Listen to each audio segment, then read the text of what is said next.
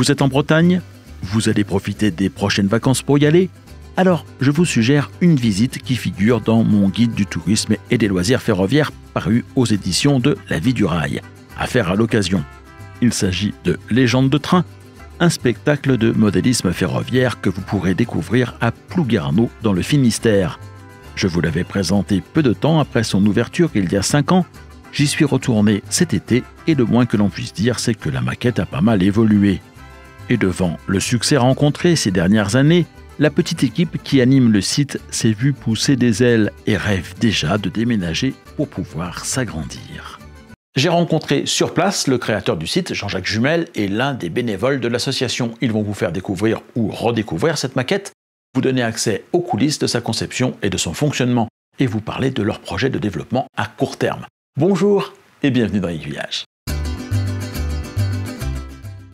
À Légendes de train, dans un bâtiment de 150 mètres carrés construit spécialement pour le réseau, les convois aux échelles HO et N parcourent un décor imaginaire, les emmenant de la ville à la montagne, et les visiteurs s'installent sur des gradins pour les regarder défiler, le temps de profiter d'une histoire qui leur est racontée en son et lumière.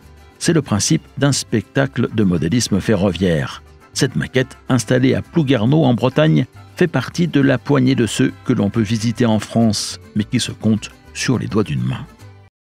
Non, il n'y en a pas beaucoup, mais il y en a un que j'avais tellement apprécié que j'y allais régulièrement parce que je descendais par là. C'était à Rocamadour, la féerie du rail, qui a brûlé. Et j'avais rencontré la personne qui l'avait fait. Je l'ai rencontré même après l'incendie. Et je suis allé le voir, on a discuté. D'ailleurs, il doit venir nous voir parce que je lui ai dit que je m'étais inspiré, entre guillemets, de ce qu'il avait fait, parce que c'est quelque chose qui était très très bien, extraordinaire, plus grand qu'ici. Qu'est-ce que vous avez repris de la féerie du rail ici? Certaines animations, hein, mais on en a créé beaucoup à nous, en fait. Hein, voilà. Parce que lui, c'était un spécialiste des automates. Donc il faisait circuler des automates, lever, etc. Chose que nous, on ne sait pas faire, mais on a créé d'autres. Voilà. Mais l'idée, c'était de faire, justement, qu'il y ait tout le temps quelque chose qui se passe. Pour mémoire, pour ceux qui ne connaissent pas la petite histoire, c'est parti un peu d'un réseau personnel que vous aviez. Une idée personnelle où je voulais depuis très longtemps faire quelque chose d'ouvert au public. Et puis ça c'est voilà, j'ai pu le concrétiser et comme j'avais un peu plus de temps professionnellement parlant, voilà, pouvoir concrétiser ça, avoir une équipe de bénévoles autour parce que là ça peut fonctionner que comme ça et avec des passionnés. Hein. Et puis on est parti dans l'aventure et ça fait donc 5 ans juste ce mois-ci que nous sommes ouverts au public. Légendes de train a été créée il y a 5 ans maintenant, de quoi d'ores et déjà tirer un premier bilan de l'expérience. Ça se passe plutôt bien, voire même très bien. On accueille pratiquement 4500 personnes par an. Hein. Donc ici dans ce local, bon, vous voyez qu'on n'a plus beaucoup de place de disponible, donc il faudra songer à s'agrandir et à faire autre chose. Par contre, tous les ans, on organise le salon de la maquette ici à Plouguerneau. Et donc on accueille, là cette année, au mois de juillet, on a accueilli près de 2000 personnes. Donc quand même, voilà. Pour en arriver là, Jean-Jacques a dû faire face à pas mal de problèmes, parmi lesquels, et non des moindres, il fallait trouver des locaux disponibles, ce qui n'est pas chose facile dans cette partie de la Bretagne. La solution, construire un bâtiment dédié. C'était la seule solution. De toute façon, des bâtiments à louer, il n'y en a pas ici, de toute façon. Donc il fallait, l'idéal, c'était de trouver un terrain et puis de pouvoir construire le bâtiment destiné spécialement à ça, quoi. C'est un bâtiment qui fait 150 mètres carrés? Il est déjà trop petit. Oui. Oui, non. Chaque centimètre carré est occupé, même sous les banquettes du public. On a fait notre petit coin breton, et puis après, on est parti sur les suggestions et les idées de Laurent sur la partie du réseau N, donc il passe en dessous. Comme on n'avait pas de place, maintenant on passe en dessous, et on va jusque dans le coin là-bas, où il y a les montagnes, et puis voilà, là on a occupé toute la surface. L'idée du réseau N, c'est plus Laurent qui, lui, avait un réseau N à Paris, hein, comme il était à Paris, c'est quand même plus facile de faire du N que du HO, et donc voilà, il nous a un peu convaincus de faire du N, et puis on est parti là-dedans. Et puis finalement, ça a été intégré au Oui, spectacle. on l'a intégré au spectacle, on travaille avec les 2 échelles, l'une en dessous de l'autre en fait, et on a intégré le tout au spectacle, et ça se passe très bien, les gens apprécient d'avoir les 2. Et notamment, là, sur du N, on fait passer des TGV, donc des trains à grande vitesse, et des convois complets avec 10-11 voitures, quoi. Mais au-delà des circulations ferroviaires, c'est une immersion complète des spectateurs que visent Jean-Jacques et les membres bénévoles de l'association qui l'ont aidé à créer Légendes de train. On joue sur plusieurs choses. Bien sûr, il y a la musique, mais il y a la vidéo. Les trains, bien entendu, c'est quand même le fil conducteur. Mais on raconte une histoire, et puis il y a plein de petites animations. Donc ils se mettent en route sur le réseau. Et ce qui fait que le spectateur, en fait, il se passe tout le temps quelque chose. Il n'y a pas de temps mort, il y a tout le temps quelque chose. L'inspiration, c'était de raconter en fait une journée d'une ville, quoi. Donc avec la partie les ouvriers qui vont à la mine, l'éveil de la ville, puis après la montagne, voilà. Puis on a rajouté des choses au fil des ans. Maintenant, on est à je crois que c'est 26 ou 27 tableaux. Donc on a dû démarrer à, je crois, 16 ou 18 au départ. Vous en avez intégré donc à l'intérieur de ce qui existait déjà en fait. À l'intérieur, au fur et à mesure, oui, tout à fait. Oui. Et puis on va en intégrer d'autres. Il y a d'autres choses encore là qui sont en préparation. Pas de doute, à Plouguerneau, on est au cœur de la Bretagne. Alors, ce qui peut surprendre les visiteurs, c'est que le décor de la maquette fait plus penser à l'est de la France. Et il y a à cela une raison bien précise. Alors, ça peut surprendre, mais c'est le fait des maquettes déjà qu'on peut trouver, qui sont plutôt, on va dire, d'origine allemande. Donc, nous, quelque part, ça nous arrangeait dans la mesure où on voulait avoir des montagnes pour pouvoir faire passer les trains en dessous, avoir des gares cachées. Et il nous fallait un décor un peu montagneux, mais pas trop haut. Donc voilà, l'Est de la France, ça allait très bien, quoi. Alors c'est relativement automatisé, oui, mais vous tenez quand même à garder une partie, la main. Qu'est-ce que vous contrôlez pendant le spectacle? Pour l'instant, on garde la main sur les trains. Ouais. Bon, après, je pense qu'on automatisera une partie, mais pour l'instant, on garde encore la main, puisque toute la partie spectacle, elle est automatisée. Il faut qu'on se fasse un peu plaisir aussi, sinon, sinon s'il n'y avait qu'à appuyer sur un bouton, c'est moins drôle. Hein? Si Jean-Jacques Jumel est l'instigateur du projet, il s'est entouré d'une petite équipe de bénévoles à laquelle appartient Laurent Chaudorge, un passionné d'informatique, qui a trouvé à Légendes de train un terrain de jeu à la mesure de sa passion. C'est lui qui va nous faire découvrir les coulisses techniques de la maquette. D'une manière générale, on a plus d'une centaine d'animations unitaires pour l'ensemble du spectacle dont profitent les visiteurs, plus 3 projecteurs pour présenter des images sur l'ensemble des murs attenant à l'ensemble du bâtiment. La conséquence de ça, c'est qu'il faut plusieurs mini-ordinateurs, donc 7 Raspberry qui sont chaînés en réseau, et on a une Raspberry principale avec un programme maître qui déroule de manière synchrone l'ensemble des activités et des animations unitaires du spectacle, et qui va causer avec les 6 autres Raspberry, soit pour présenter des images, des vidéos ou des animations par certains des projecteurs, soit pour allumer, éclairer ou toute autre animation qu'il vaut mieux taire pour que les gens les découvrent. Là, tu vois Thierry, 4 des 7 Raspberry, les 3 autres sont connectés à chacun des 3 projecteurs du spectacle.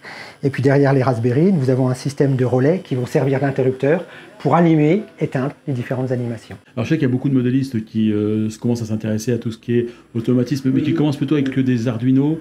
Oui. On peut dire que le Raspberry, c'est un Arduino avec plus de possibilités, plus de mémoire Il y a une différence de puissance, mais c'est surtout que ce ne sont pas les mêmes fonctionnalités. Un Arduino, c'est ce qu'on appelle un microcontrôleur. Donc on va mettre un petit programme à l'intérieur qui va se dérouler en boucle de manière systématique dès qu'on l'allume. Le Raspberry, c'est un mini-ordinateur. Donc on n'a pas exactement les mêmes fonctionnalités. Il y a beaucoup de choses de l'une et de l'autre qu'on peut faire, voilà, et qui se ressemblent, mais elles n'assurent pas exactement les mêmes services au global. Sur certains des besoins que l'on a, la Raspberry était plus appropriée. Au demeurant, dans ce qu'on a ici, on a à la fois de la Raspberry, et pour certaines animations, de manière très automatique, on a aussi mis quelques Arduino. Pour assurer la circulation des trains, Laurent aurait pu partir sur un logiciel existant, mais il a préféré développer une solution sur mesure. Les logiciels du commerce, soit gratuits, soit payants, voilà, j'en ai investigué un certain nombre, et puis au demeurant, j'ai préféré faire mes propres développements à 2 titres. Le premier, c'est parce que j'aime programmer, donc voilà, ça c'est une de mes passions, une de mes nombreuses passions, et donc ça m'a apporté beaucoup de plaisir de développer, de pondre les différentes lignes de code, et le deuxième, c'est que ça nous laisse la main sur tout ce qu'on veut réaliser. Donc on est parfaitement maître de ce qu'on veut faire, comment on veut le faire, et quand les choses se passent. Aujourd'hui, on pilote les trains à la main, pour une partie des trains, la majeure partie d'entre eux, et une petite partie, ils sont pilotés en digital, en numérique. Mais par contre, j'ai déjà préparé un programme qui automatisera tous les trains en digital pour de futures versions du spectacle, notamment quand on sera peut-être dans une version de spectacle étendu et peut-être dans des bâtiments plus grands dès qu'on le pourra. On va en reparler dans un instant, mais d'ici à ce que ce projet se concrétise, la maquette actuelle va continuer de s'enrichir de nouveaux tableaux.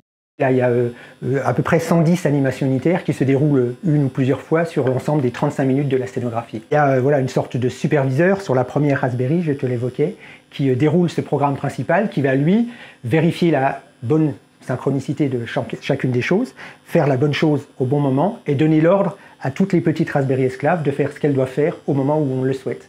Contraint par des problèmes d'espace, même s'il a pu s'installer sur une surface de 150 mètres carrés, dont bien des modélistes rêveraient, Légende de Train se verrait bien déménager dans un futur assez proche, sans doute dans une autre commune, plus proche de Brest, qui plus est. C'est déjà très conséquent, on a déjà un grand plaisir à accueillir nos nombreux visiteurs dans cet espace-là, mais on n'avait pas de capacité foncière supplémentaire, ni en termes de terrain, ni en termes de bâti, pour pouvoir s'agrandir. On manque de temps, on manque d'argent, mais on ne manque pas d'idées, comme tous les passionnés de modélisme. Et donc, on a véritablement l'idée, avec Jean-Jacques, qui a fondé les choses il y a 5 ans maintenant, de s'agrandir dès qu'on le pourra, sous un format qui reste encore à préciser. On est en train de cogiter ça. Mais on a déjà des pistes plutôt très prometteuses pour s'installer dans un bourg voisin, à quelques kilomètres d'ici, sur un terrain plus grand, de l'ordre de 2000 m², et dans un bâti qu'on construirait de l'ordre de 450 m². Donc 3 fois la capacité d'aujourd'hui, avec majoritairement des réseaux en N, aussi en HO. Donc on pourrait présenter entre 4 et 5 fois l'ampleur de ce qu'on a le plaisir de faire découvrir à nos publics aujourd'hui. Et ce projet d'implantation sur un nouveau site, c'est Laurent qui le porte. Il prendrait ainsi la suite de Jean-Jacques qui souhaite lever un peu le pied. Laurent, c'est un praticien de longue date de l'échelle N qui prendrait de ce fait une grande place dans le nouveau lieu. Et ce serait une première, je crois, car a priori, des réseaux à l'échelle N ouverts au public, il ne doit pas en exister à ce jour. Si vous en connaissez, n'hésitez pas à me signaler leur existence en commentaire. Je travaille sur Paris, je vis sur Paris une partie du temps, même si par ma compagne j'ai découvert avec grand plaisir la région Bretagne. Et en l'occurrence, sur Paris, les mètres carrés sont un peu plus chers qu'en province. Et donc je travaillais dans mon appartement, cette échelle N plus petite. On fait plus du N que du HO. Et puis ça se démocratise quand même. Il y a 20 ans, le N était pour un petit cercle d'élus. Aujourd'hui, ça reste cher, mais les prix sont comparables au HO sur les matériels professionnels. Et donc faire du N, c'est assez accessible, en tout cas pas forcément beaucoup moins que le HO. Aussi, je dirais, une des choses que l'on apprécie ici, c'est 2 éléments importants. Le premier, faire découvrir cette échelle que les gens connaissent en général moins, dans les expos, dans les musées, tous les endroits où on peut découvrir des spectacles de modélisme, c'est très majoritairement du HO, donc le N c'est une découverte pour les gens. Et puis quand, comme on le fait ici, il y a un spectacle et que les gens à l'issue du spectacle peuvent échanger avec nous, vous demander des explications, s'approcher et être collé au décor et aux animations, le N est suffisamment grand pour qu'il voit très bien les choses encore. On a beaucoup d'idées et donc on phosphore encore pas mal pour créer de nouveaux tableaux avec un socle de certains des tableaux et surtout la majorité des décors, parce que les décors ont pris beaucoup de temps pour être construits, ils sont de grande qualité, c'est Jean-Jacques et les premières personnes de l'équipe et de l'assaut qui ont monté ça il y a 4-5 ans maintenant.